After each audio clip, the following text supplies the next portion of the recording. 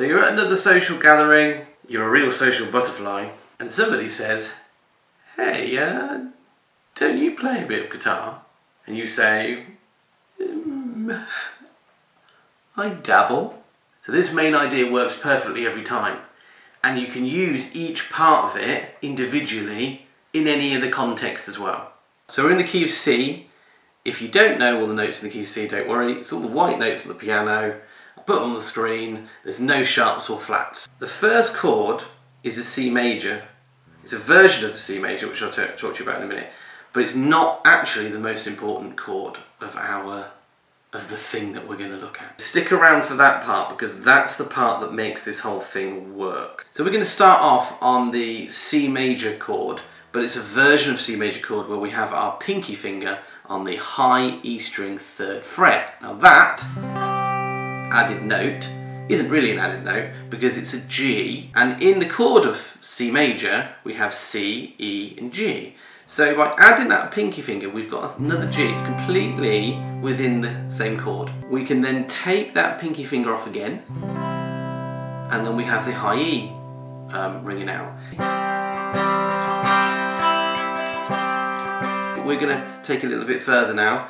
We're going to think about the 3rd fret on the B string. Okay, that's a D note. Okay, that D is in the scale of C major 2. It's a D natural. It doesn't have a sharp or a flat. So we can play with our pinky on that high E string 3rd fret, take it off, and then we're going to bounce on over to that 3rd fret on the B string. And then we can take that off again. When we take that off, we've already got our pointer finger over here. And we've got our pointer finger on the 1st fret of the B string. That's a C. Okay? Okay, and the final note that we're going to add in is the 1st fret of the high E string. Okay, I'm going to move my pointer finger down a string, and that's an F note. So we've got, I'll show you the notes on the screen. We've got high E string 3rd fret, high E string 1st fret, B string 3rd fret, B string 1st fret. Now we can also play that one open. It's a B. And B is in the C major scale.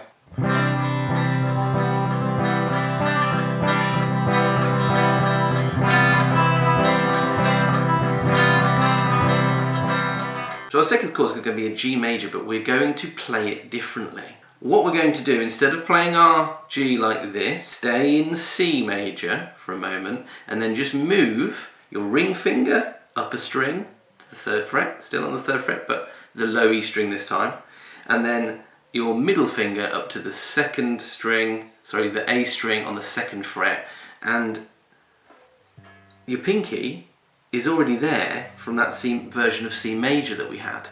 Okay, so this is where the real spice comes in, okay, because we've still got that pinky down there, which is part of our G major chord. You've also hopefully spotted that we've got our 1st finger down still on the 1st fret of the B string.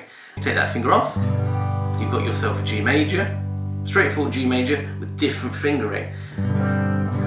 The other G major shape doesn't allow us to move around our fingers in the same way. We're not going to be able to, you know, they're all occupied. But with this finger in here, so we've got this finger free, and our pinky can move around, right? Keep these two in the same spot. And we can do the same thing we did on the C major chord.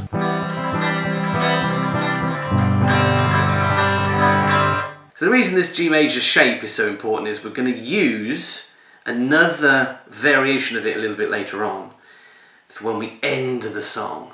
Okay, so stick around for that because that's the real secret sauce. So our 3rd chord is A minor. Now we're going to play a straightforward A minor for this one because it's already a chord that's quite lovely to use these fingers, and it's the same concept. A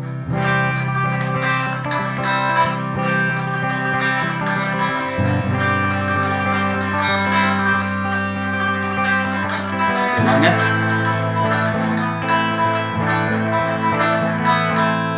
Our 4th chord and our final chord shape is F major. We can use the same idea again. Same notes again.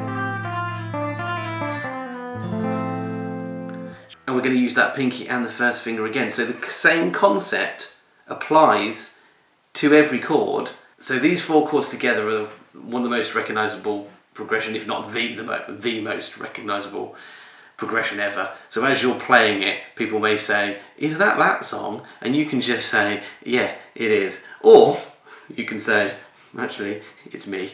So as I said earlier, there's another thing we can do with this way of playing this G major, okay? And that is taking our pinky off, okay, and placing our pointer finger onto that F. But if we actually play this as a chord, okay, we get this lovely G dominant. Now don't worry if you don't know what a dominant chord is.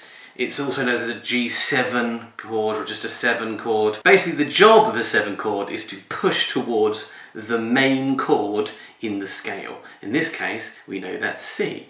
So if we listen to the G7 and then the C major, it has a real sense of coming home. Now our chord just before we go back to C major is actually F major.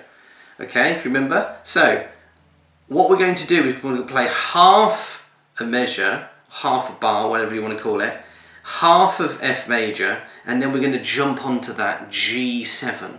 Okay, I'll show you what I mean.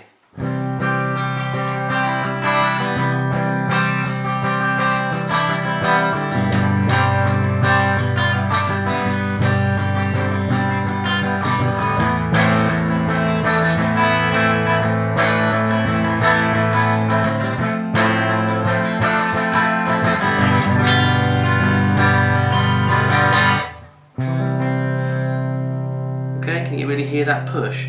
And that is where you're ending, because that is the satisfying way of leading up to that lovely ending. And then you just give the guitar back and say, it's just something I'm working on.